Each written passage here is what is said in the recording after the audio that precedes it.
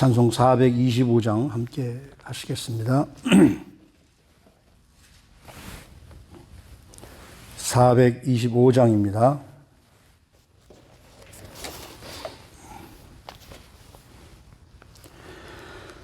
주님의 뜻을 이루소서. 고요한 중에 기다리니 진흙과 같은 날 빚으사 주님의 영상 만드소서. 주님의 뜻을 이루소서. 주님 발 앞에 엎드리니 나의 맘속을 살피시사 눈보다 희게 하옵소서. 주님의 뜻을 이루소서. 병들어 몸이 피곤할 때 권능의 손을 내게 펴사 강건케 하여 주옵소서. 주님의 뜻을 이루소서. 온전히 나를 주장하사 주님과 함께 동행함을 만민이 알게 하옵소서. 아멘.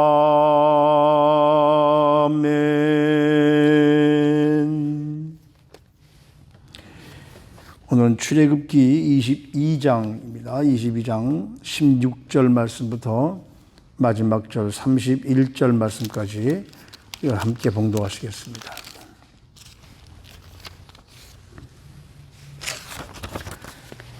출애굽기 22장 16절 말씀부터 마지막 절 31절 말씀까지입니다. 우리 함께 봉독하시겠습니다.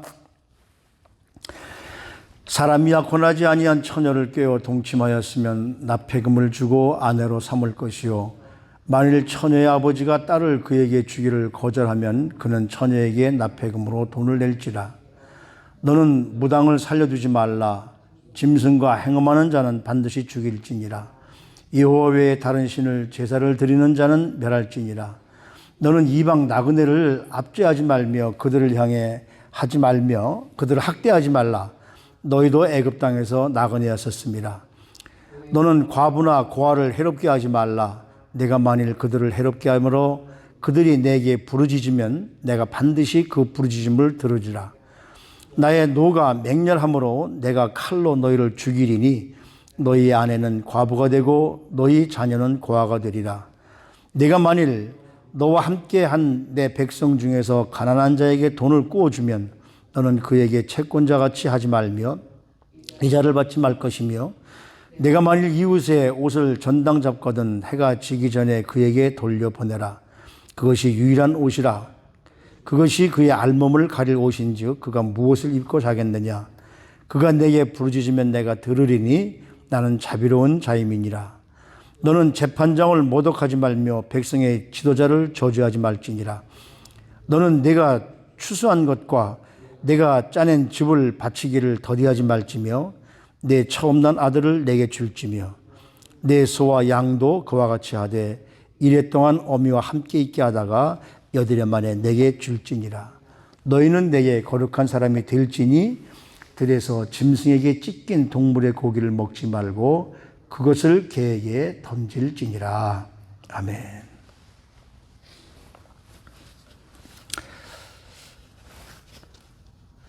출애굽기 20장은 우리가 잘 아는 십계명이죠. 하나님이 우리에게 주신 십계명. 20장 후반부에서부터 이제 앞으로 계속 나오는 것이 하나님 우리 그 법이 있으면 그 법을 지켜야 되는 시행 세칙들이 있죠. 그래서 20장에서부터 쭉 나오는 것이 제사법, 제단을 어떻게 쌓아서 예배를 하나님 앞에 예배를 올바로 드리느냐. 거기서 보면 중요한 것이 제단을 쌓을 때 돌을 깨뜨리지 말아라. 있는 그대로.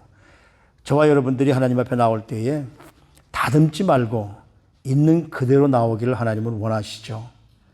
내가 이런 척 저런 척 하지 말고 그냥 나오기를 원하는 거죠.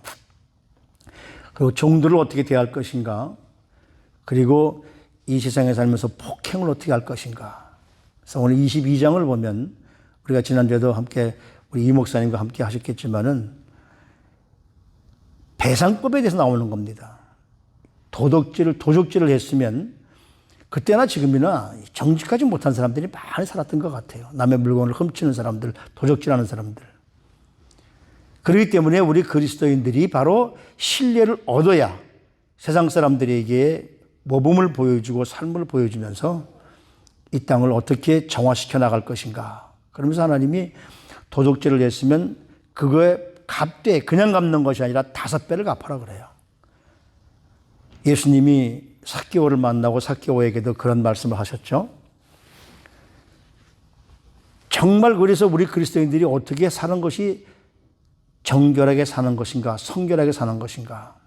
그러니까 이 출애굽기 22장은 우리 그리스도인들이 어떻게 이 땅에 사는 동안에 깨끗하게 성결하게 살아야 할 것인가를 우리가 가르쳐주고 있으면서 오늘 16절 말씀부터 보면 우리 그리스도인들이 도덕적으로 어떻게 깨끗하게 살아야 되느냐.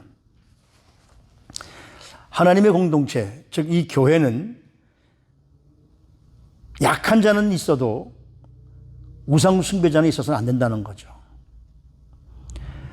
하나님은 약한 자들에게 한없는 긍휼을 베풀어 주십니다. 그러나 우상을 숭배하는 자들, 하나님을 멀리하는 자들에게서는 하나님이 엄하게 판단하신다고 그래요. 약한 자들이 누구냐? 여기 쭉 나오죠. 처녀, 이방 사람들, 나그네들, 과부들, 고아들.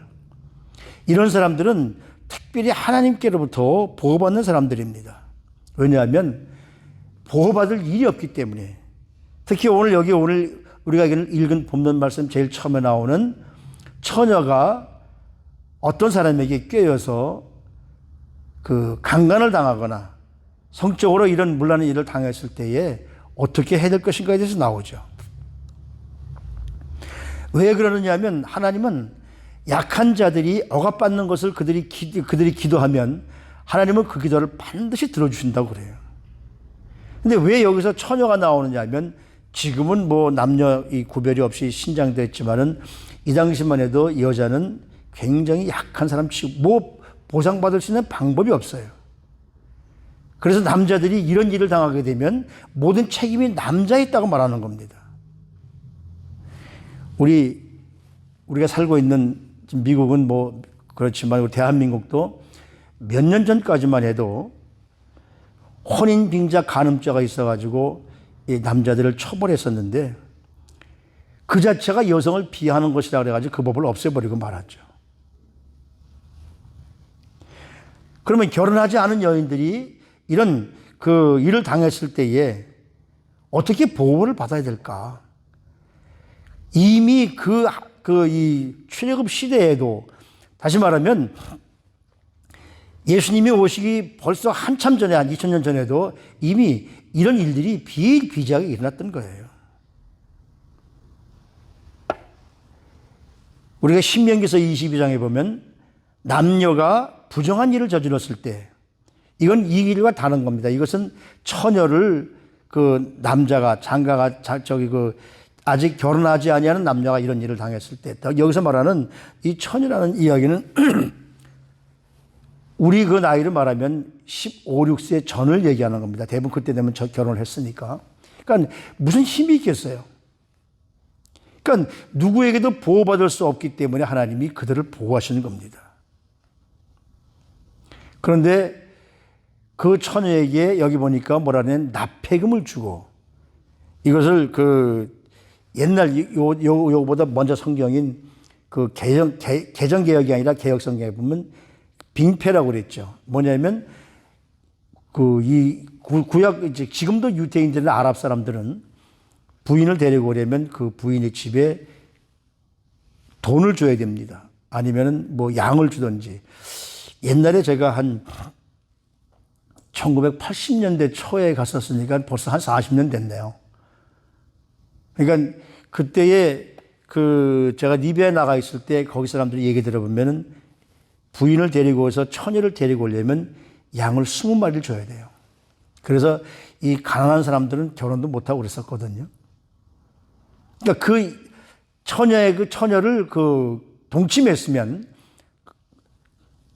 그러니까 그 여자의 집에다가 이 처녀에 대한 값을 지불하고 그 처녀를 데리고 오든지, 만약에 처녀 아버지가 그걸 주기를 거절하면 납폐금을 처녀에게 주어라.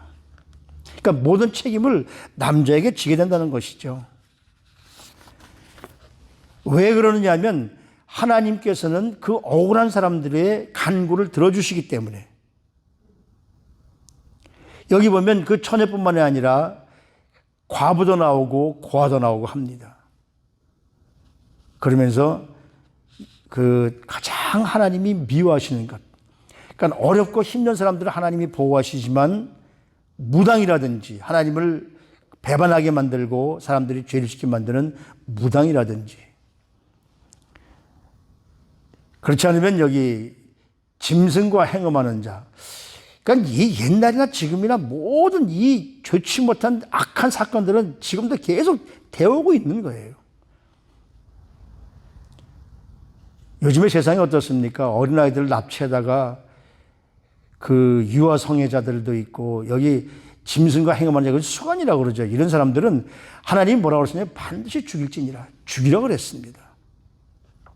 그러니까 하나님이 원하시지 않는 죄를 짓는 사람들은 하나님은 반드시 심판하라고 그랬습니다. 다른 사람들은 하나님이 사랑해주고 용서해주라고 그랬지만 이런 사람들은 하나님이 은혜가 그들이 있지 않는 거예요. 그들도 뭐 회개하고 돌아오면 그러겠죠. 이런 모든 일들, 그러니까 지금은 이런 것들이 전부 다 뭐라 그럴까요? 그 차별금지법에 의해서 동성연애 같은 거, 이런 것들, 하나님은 그런 걸 원하시지 않습니다. 그리고 다른 신에게 제사 드리는 자는 죽여라.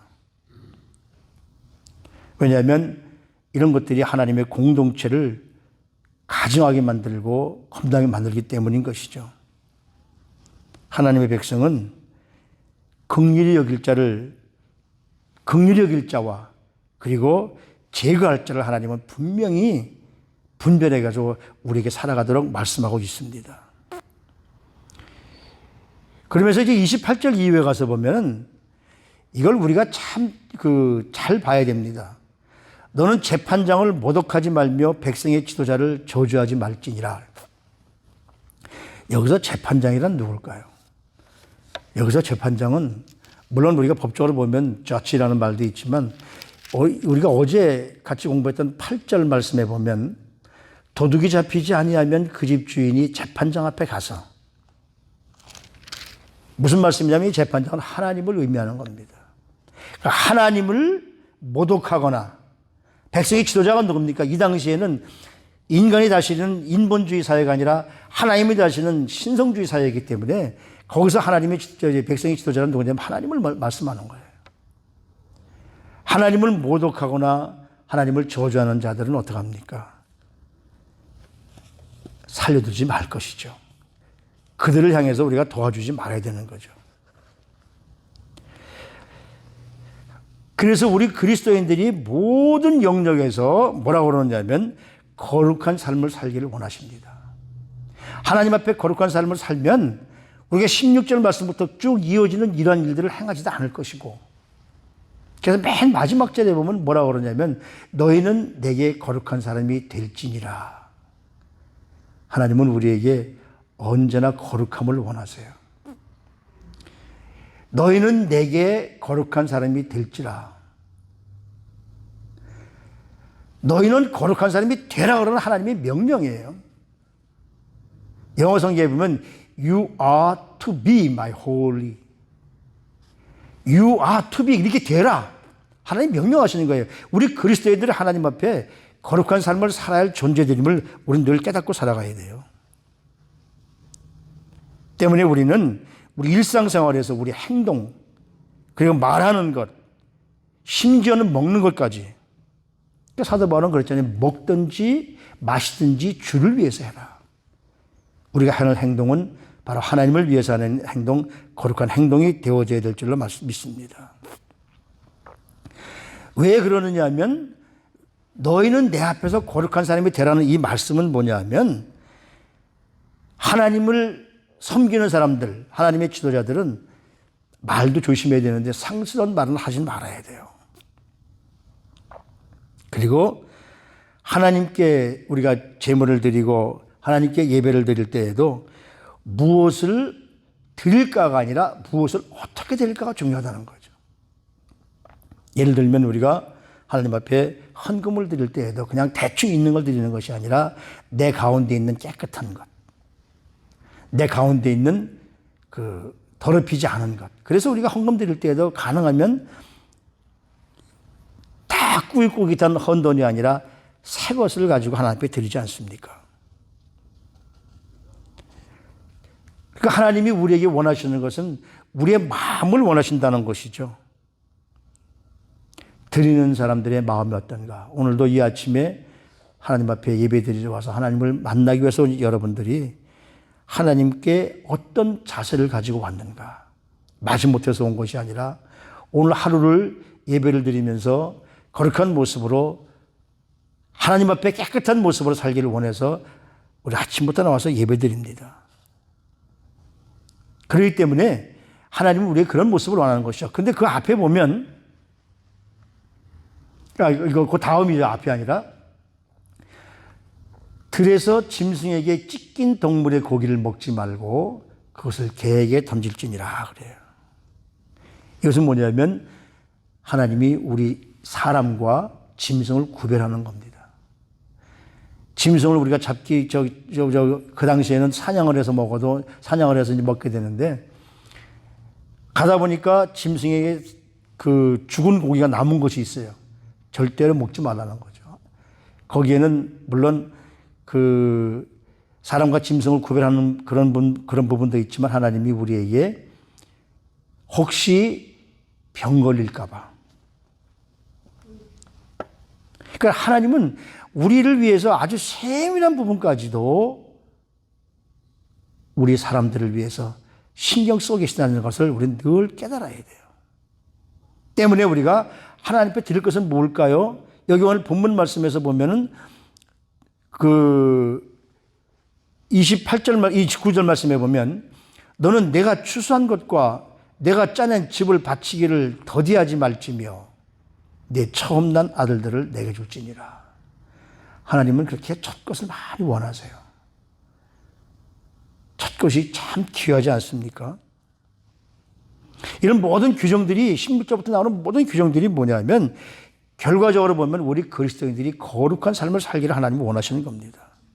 다시 말하면 하나님의 백성답게 살라는 거죠. 하나님의 성품을 닮아가기 위해서는 내가 거룩하니 너희도 거룩해라. 우리 그리스도인들이 정말로 거룩한 모습의 삶을 살아야 될 줄로 믿습니다. 어떤 두 사람이 등산을 가기로 했어요. 그래서 이제 등산 배낭을 한 20kg씩 되는 걸 미고서 등산을 하는 건데, 한 사람은 잘 가는데 한 사람은 계속 힘들어 합니다. 왜 그럴까요? 등산을 많이 다녀본 사람들은 알지만은 이 배낭을 꿀릴 때 우리 삶으로 보면 이 무거운 것을 밑에다 놓고 가벼운 것을 위에다 놓는 것이 우리 일상의 삶입니다. 근데 높은 산으로 올라갈 때는 반대로 해야 됩니다. 가벼운 것들은 밑에다 놓고 무거운 것을 위에다 놔야 돼요. 그래야 올라가는데 힘들지 않습니다. 이것은 뭐냐면 내가 생각하는 대로 하나님을 믿고 하나님을 따라가고 내가 생각하는 대로 내 마음대로 살아가는 것이 아니라 하나님 앞에 나가기 위해서는 내가 알고 있는 것을 다 내려놓고 내가 무엇을 해보려는 의지를 다 내려놔야 될 줄 압니다. 그래야 거룩한 삶을 살게 돼 있어요. 흔히 우리가 은혜를 받고 하나님 앞에 예배드리다 보면 나도 모르게 내가 성령님을 대신하려고 그럴 때가 많아요. 절대로 성령님을 대신하지 마시고 성령님의 도구가 되시기를 주님의 이름으로 부탁합니다. 하나님 일을 하기 위해서는 하나님 말씀에 따르는 것, 순종하는 연습을 자꾸 해야 됩니다. 자꾸 내 머리 가지고 내 능력 가지고 내 재주 가지고 하다 보면 거기에 성령님이 계실 틈이 없거든요. 우리는 양이고 우리 주님은 목자이십니다. 양은 그저 그냥 목자의 뒤를 절절절 따라만 가면 돼요. 목자를 앞서려고 그러면 안 돼요. 그러면 길을 잃어버리게 됩니다. 양이 혼자서 내가 혼자 해보겠다고 그냥 난리를 친다면 예수님이 그 잃어버린 양을 찾기 위해서 얼마나 고생을 하십니까? 예수님이 그런 양들을 볼 때마다 얼마나 안타까우실까? 우리 생각을 해봐야 됩니다. 무엇 때문에 그 무거운 짐을 다 지고 살아왔는지 내 자신을 한번 생각해 보십시오. 저도 이렇게 생각하다 보면 어떤 때는 마음이 상하기도 하고 어떤 때는 힘들기도 할 텐데 성령님이 만지시는 하나님의 부요가 우리 삶에 다가오게 되면 우리가 제일 먼저 하는 일이 뭐냐면 거룩한 사람이 되어지고 겸손한 사람이 되어지는 겁니다. 그래서 맨 마지막 절에 있는 말씀을 늘 기억하시고 살아가십시오. 이것은 하나님이 우리에게 주시는 명령입니다. 너희는 내게 거룩한 사람이 될지니 너희는 거룩한 사람이 되어라. 이 명령은 그때나 지금이나 우리에게 항상 유효한 겁니다. 그래야 우리는 이 험한 나그네 길을 살아가는 동안 하나님 말씀을 따라 살며 충분한 은혜와 충분한 부요를 경험하게 될 줄로 믿습니다. 이 어려운 시대에 하나님이 우리에게 명령하시는 대로 거룩한 사람이 되셔서 마지막 때에 주님께 부르심에 응답하시는 주님과 함께 사는 주님께서 주시는 놀라운 은혜를 누리고 사시는 우리 모두가 되시기를 주님의 이름으로 부탁을 드립니다. 하나님 아버지 참 감사합니다. 어렵고 힘든 일과 중에서도 저희들을 하나님께서 불러주셔서 여기까지 인도해 주셨사오니 정말 이 땅에 살아가는 동안에 솔직함, 정직함, 그리고 거룩함 이것은 우리 그리스도인들이 가지고 살아야 할 태도임을 다시 한번 깨닫게 됩니다. 명목상으로 남들이 보기에 이런 것들이 아니라 하나님 보시기에 내가 아무리 숨어서 일을 한다 할지라도 하나님은 우리를 다 보고 계셨고 그래서 하나님은 오늘 우리들에게 너희가 내 뜻을 따라서 이 땅에 사는 동안에 도덕적으로도 깨끗하게 살아야 된다라고 말씀하십니다. 이 땅에 사는 동안에 우리 행동과 우리 말까지도 그리스도의 품격을 드러내는 하나님의 사람으로서 조금 더 부족함이 없는 그러한 사랑하는 성도님들 삶이 되기를 원하고 있사오니 하나님 우리에게 그럴 만한 능력을 허락해 주셔서 항상 하나님이 사랑하는 모습을 가지고 살아갈 수 있는 우리 성도님들 될 수 있도록 축복해 주시옵소서. 전지하신 우리 구주에서 그리스도 이름으로 감사하며 기도드리옵나이다. 아멘.